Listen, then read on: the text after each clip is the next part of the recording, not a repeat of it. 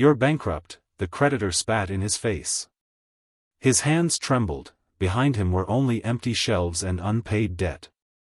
But worse than that was something else. The woman he loved, the only person he trusted, had vanished with the money. Now he wasn't just broke, he was stripped of trust, of love, of any anchor. What next? Darkness seemed to be the only path ahead. Yet it was in darkness that decisions were born, decisions capable of changing a life forever. The creditor shoved a folded paper onto the desk. "Midnight tomorrow," he said coldly. "After that, don't bother calling me." The sheet slid forward, but the man didn't touch it. His eyes stayed locked on the creditor's, searching for an answer that never came. "What happens at midnight?" he asked, his voice tight. The creditor only smiled, the kind of smile that promised ruin. "You'll find out soon enough." Then he turned, leaving the echo of his boots behind. The silence that followed was unbearable. He snatched the paper at last. Numbers, debts, signatures, and one unfamiliar name. His breath caught. Someone else had signed. Someone pulling strings behind his back. Who? Why now? He stuffed the sheet into his jacket and stormed outside. The air was sharp, bitter. His car leaned on a sagging tire, like it too had given up. He dialed her number, again. No response. The line went dead with a hollow beep. She was gone. Completely gone. That's when he noticed it. A figure at the far end of the lot, unmoving, arms folded, watching. The streetlight caught only fragments, a tilted head, the gleam of eyes fixed on him. He raised his voice. "If you came for money, you're too late." No reaction. The figure simply waited. Finally, a voice cut through the cold, calm, deliberate, almost rehearsed. "It's not the money I came for. It's the truth." His grip tightened around the car keys. Who was this? How much did they know? And why did his chest tighten at the sound of that voice, as if it wasn't the first time he had heard it? For a moment, the world felt suspended. Every failure, every betrayal, every unanswered question pointed to this instant. He could turn away, vanish into the night. Or he could step closer, demand answers, risk finding out something he wasn't ready to face. The choice pressed on him like a weight. And somewhere in that silence, between the heartbeat in his ears and the stare of the stranger, came the chilling thought, this was never about money at all. The stranger's words clung to the cold air. Not money. The truth. He stepped closer, slow and wary, every instinct telling him to leave, but he forced his feet forward. What truth? His voice cracked with anger. "You know something about her? About this?" He tapped the folded paper hidden inside his jacket. The figure shifted, finally revealing part of their face under the dim light. Older, worn, but steady.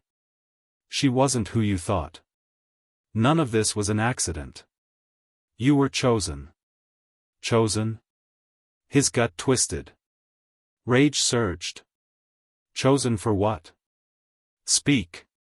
He lunged a step, keys clenched like a weapon. The stranger didn't flinch. Instead, they slid something across the ground, a small black envelope. "Midnight tomorrow. Be there. Or you'll never know why she left, or who's behind that signature." He froze. The envelope stopped at his shoes. He bent, picked it up. No name, no seal, only weight. Something was inside. His pulse hammered in his throat. When he looked up again, the lot was empty. The figure had vanished as if swallowed by the night. No footsteps, no sound. Just him, the sagging car, and the envelope burning in his hand. He unlocked the door, dropped into the driver's seat, and stared at it. He wanted to tear it open, demand answers right now. But then he remembered the creditor's smirk, the words, "Midnight tomorrow." Slamming the steering wheel, he made his choice. He wouldn't wait helplessly. He would fight back, start digging before the clock ran out. For once, he wouldn't be played. He turned the ignition. The engine coughed, sputtered, then died with a hiss. Of course, the car, just like everything else, was failing. He cursed under his breath, gripping the useless key. That's when headlights flared behind him, blinding, too close. A car rolled up, slow and deliberate, blocking his only exit. His breath caught. Wrong place, wrong time, or part of the same game. He tightened his jaw, shoved the envelope into his coat, and reached for the door handle. This was it, the first step. He wouldn't wait to be cornered. He would step out and face whatever came next. And as he pushed the door open, one thought screamed in his mind, who else already knows? The headlights seared his vision. He yanked the door open and stepped into the night, jaw tight, ready to confront whoever was inside. The car idled, engine humming like a predator. Then the window slid down just enough to reveal a face, a woman's. Not her, but someone else. Younger, sharp-eyed, with the kind of calm that felt rehearsed. "You shouldn't be here," she said flatly. "Not tonight." He squinted, heart pounding. "Who are you? Another messenger?" "No." She leaned closer. "A warning." Before he could speak, the car reversed suddenly, tires screeching, and disappeared into the dark street. No explanation. No answers. Just another thread pulling him deeper. He clenched his fists. Enough waiting. If they wanted him confused, he'd fight by finding clarity. He pulled out his phone. One number he hadn't dialed in years. A man who owed him nothing but still remembered old favors. The call rang twice before a gruff voice answered.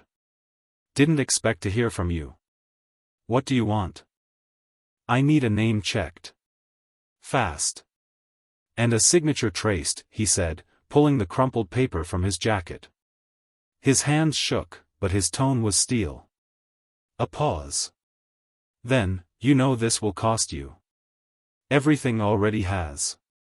He ended the call before more questions came. The weight of the envelope burned in his pocket. He wanted to rip it open, but something stopped him, the stranger's warning, the creditor's smirk, the woman's cryptic words. Each piece was connected. He just couldn't see how. Yet. Exhausted, he walked toward the main road. A bus roared past, its windows glowing. For a second, he froze, because in the blur of faces pressed against the glass, he swore he saw her. The same eyes, the same tilt of her head. Watching him. Then the bus vanished into the distance. His chest tightened. Was it a hallucination, or was she still near, hiding in plain sight? He couldn't know. Not yet. His phone buzzed. A message from the man he had called. "Meet me. Midnight. Old factory. Come alone." Attached was a single photo. The blurry image of a ledger, open on a desk, with the same signature he had seen on the paper. But beside it, another mark, a second signature. One he recognized instantly. His throat went dry. It wasn't possible.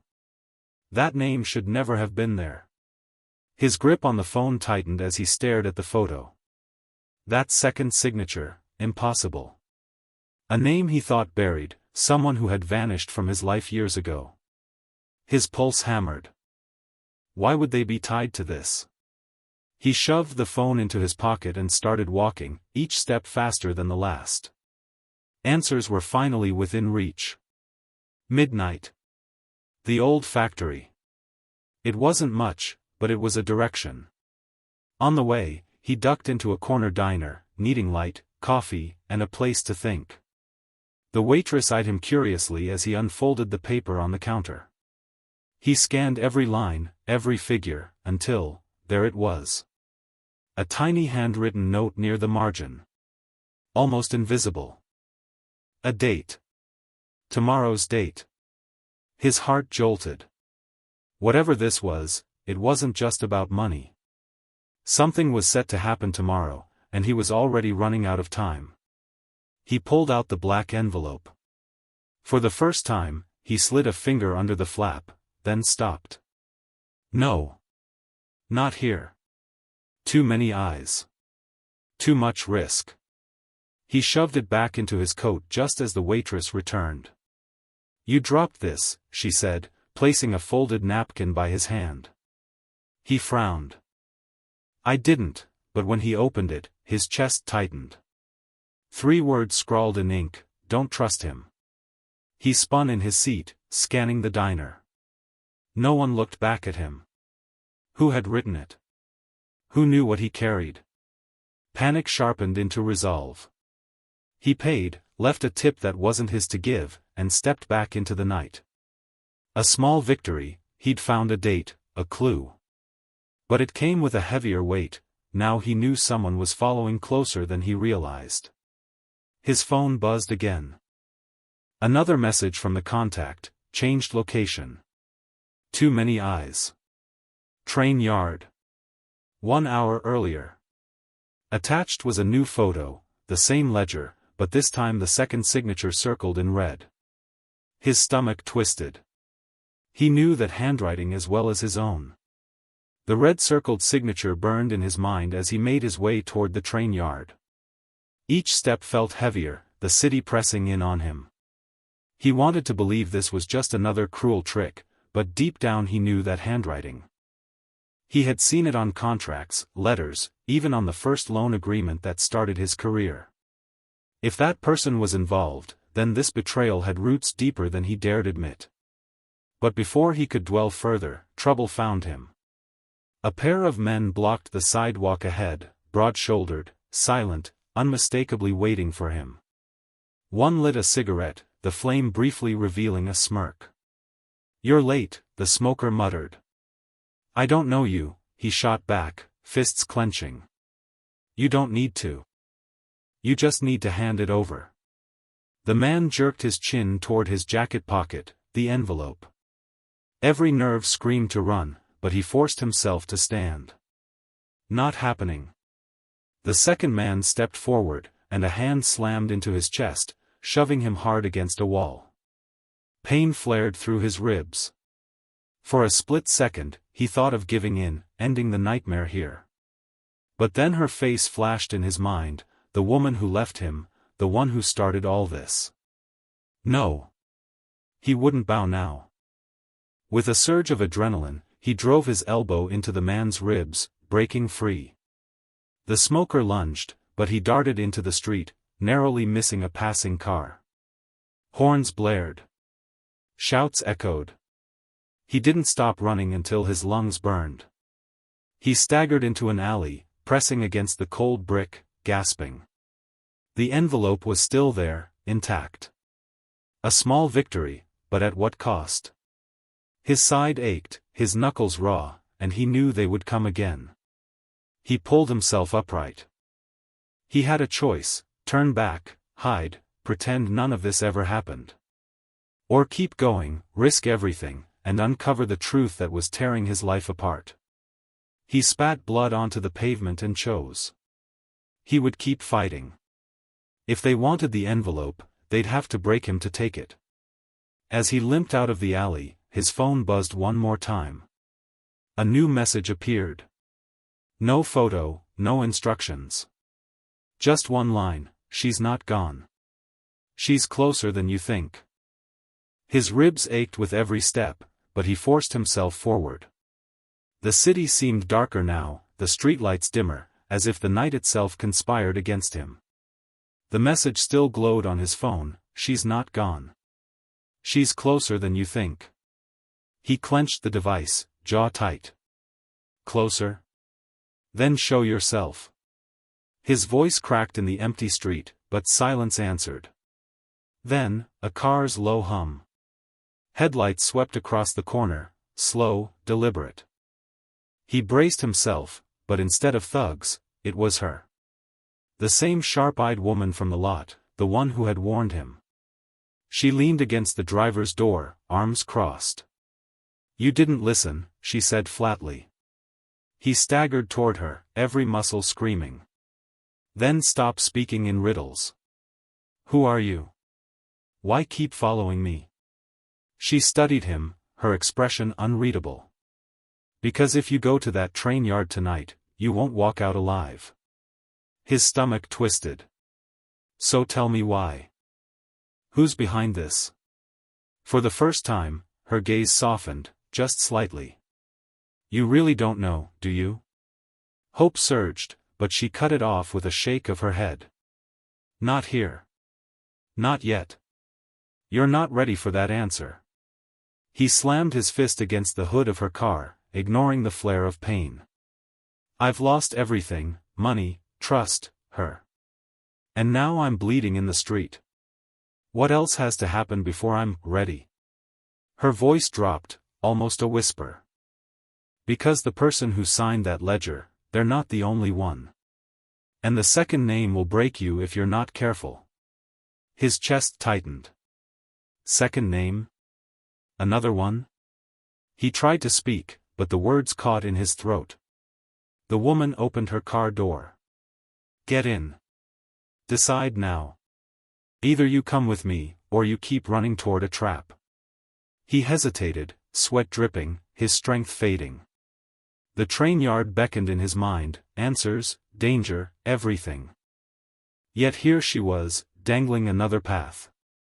He closed his eyes for a heartbeat, then reached for the handle. Just as he did, his phone buzzed again. A new message. One word only, run. His thumb hovered over the buzzing phone. Run. One word, no sender. He froze, torn between instincts. The woman's car door was still open, her eyes fixed on him with steady patience. "Choose," she urged. Against every warning in his gut, he slid into the passenger seat. The door slammed, and the car pulled away into the night. The city blurred past as his breathing steadied, though his ribs ached with every jolt. Minutes passed in silence before he spoke. "If you know so much, then tell me, who signed it? Who's behind all this?" Her hands tightened on the wheel. For a moment, he thought she might finally answer. But then, headlights flared in the rearview mirror, bright, aggressive, closing fast. "Hold on," she hissed, jerking the wheel. Tires screeched. A black SUV swerved into their lane, forcing them off the road. Metal crunched. His head slammed against the window. The world spun, glass shattered, and the car skidded sideways into a ditch. When the dust settled, his ears rang. Pain radiated through his body. He clawed his way out of the wreck, coughing, searching for her. She was slumped over the wheel, unmoving. Panic clawed at his chest. "No, no, not now." He reached for her wrist. A faint pulse. Relief crashed through him, though it was fragile, fleeting. She was alive, but barely. Boots crunched on gravel. He turned. The SUV's doors opened. Two figures stepped out, faceless in the dark. One held a chain, the other a crowbar. "This is where it ends," one of them said coldly. His knees nearly buckled. Betrayed, hunted, broken, was this the finish? He staggered back, eyes darting to the ruined car. On the ground beside it lay the black envelope, torn open in the crash. Papers spilled across the dirt. And then he saw it, not one signature, not two, but three. A third name he hadn't seen before, scrawled hastily, almost hidden. Before he could process it, the crowbar swung through the air. He raised his arms instinctively, the blow crashing down. Darkness. He woke to the taste of iron in his mouth, blood drying at the corner of his lips. The world swayed above him, rusted beams, dripping water. The train yard. They hadn't killed him. Not yet. His wrists burned. Zip ties cut deep into his skin, binding him to a chair. Across the dim space, the spilled papers from the envelope were spread out on a steel table. And on top of them, her photo. The woman who had vanished with his money. The woman who had broken him. Rage surged, but so did confusion. Why leave her picture here? Why now? He forced himself to breathe, scanning the room. 2 men lingered by the door, shadows in the weak light. Not the same thugs, different faces, but the same silence. Watching. Waiting. Then one of them spoke, low and measured. You were never supposed to see the third name. His pulse spiked. Whose is it? He demanded, straining against the ties. The man ignored the question, stepping closer, placing a finger on the photo. Ask yourself why she really left. Did she run from you, or for you? The words cut deeper than the pain in his ribs. Could it be true? Had her betrayal been something else? His mind spun. He had 2 choices, hold on to anger, or believe there was more beneath her disappearance. The decision clawed at him. Finally, he gritted his teeth. If she's out there, I'll find her. No matter who tries to stop me. The guard smirked. Then you've already lost. He drew a knife, slicing through the ties, but not to free him.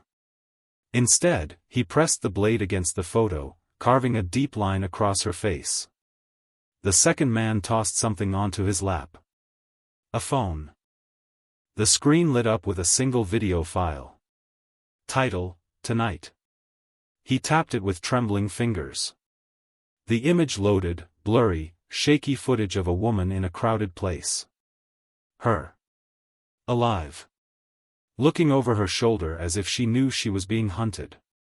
And then the camera swung. Toward the man filming. The face filled the screen. His own. The phone slipped from his hands, clattering onto the floor. His own face staring back at him from the video seared his mind. Impossible. He hadn't filmed it. He hadn't even been there. The guard bent down, picked up the phone, and pressed play again, letting the distorted image loop. You see? She wasn't running from us. She was running from you. His chest heaved. That's a lie. You doctored it. Maybe. Maybe not. The man's tone was calm, almost sympathetic. But tell me, how sure are you of your memory? You've lost money, friends, sleep. How much else have you lost without realizing it? The words dug in like claws. He tried to shake them off, but cracks began to spread through his certainty. He remembered late nights, blank hours. Gaps. Was it possible? The other guard pulled the papers closer, tapping the third name. This one, this is the key. You think you're a victim, but you've been a piece on their board from the start. Pawn, not player. His stomach churned. 3 names, a video of himself he couldn't explain, a woman who had betrayed him, or saved him. Nothing made sense. And yet it all pointed in one direction: someone had been rewriting the truth around him. Anger broke through the fog. He slammed his fist against the arm of the chair. I don't care what you show me. I'll find her. I'll find the truth. The guard smiled faintly. Then you'd better hurry. He slid a photo across the table. A recent shot, she was alive, standing at a train station, bags in hand. Departure board behind her, midnight. His heart lurched. Midnight. Tonight. If he didn't move now, she would be gone for good. But before he could act, the door burst open.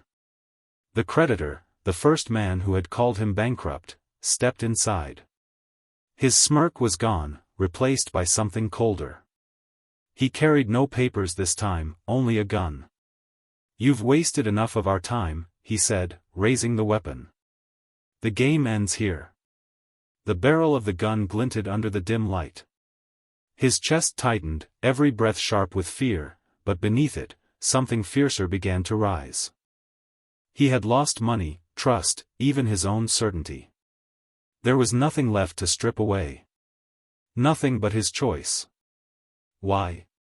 His voice was raw, defiant. Why destroy me? The creditor's lip curled. Destroy you? No. You were useful. Until you started asking questions. He tossed a folder onto the table. Inside were contracts, ledgers, deals signed in his name. His signature. Pages and pages of it. His throat closed. They'd been using him all along, his name, his reputation, while he carried the weight of the debt. And the 3 names on the papers? The architects. The ones pulling every string. The guard spoke again, quieter this time. She found out. That's why she ran. Not from you, from them. She wanted to protect you. The memory of her eyes, the fear behind her sudden disappearance, came rushing back. The betrayal he carried like poison had been something else all along. A sacrifice. The creditor raised the gun higher. You'll never reach her. But at that moment, the woman with the sharp eyes, the one who had warned him, stirred where she had fallen after the crash. Bloodied, weak, but alive. She dragged herself into the doorway, voice hoarse but steady. Yes, he will. The distraction was enough. He lunged, grabbing the edge of the table, shoving it forward. The folder scattered, pages flying like shattered chains. The gun went off, the shot deafening, but he was already on top of the creditor, wrestling, fueled by every betrayal, every sleepless night, every loss. At last, the weapon slid across the floor. He held the creditor pinned, breath ragged. He could end it right here. One blow. Revenge for everything. But he stopped. No. That wasn't the victory he needed. Killing him would leave him chained to the past. He forced himself up, fists trembling, and let the man collapse in defeat. He turned to the papers, scattered like ashes. The signatures no longer haunted him, they no longer defined him. For the first time, he saw clearly, he wasn't a pawn anymore. He was free. At the train station, minutes before midnight, he saw her. Alive. Waiting. When their eyes met, she didn't smile, she wept. And so did he. Not because everything was fixed, but because the weight had finally lifted. He had lost everything, but in that loss, he had won back himself. Freedom. Truth. The power to begin again, not as a victim, but as the man who had walked through fire and refused to break. And for the first time, he believed it, this wasn't the end. This was the beginning.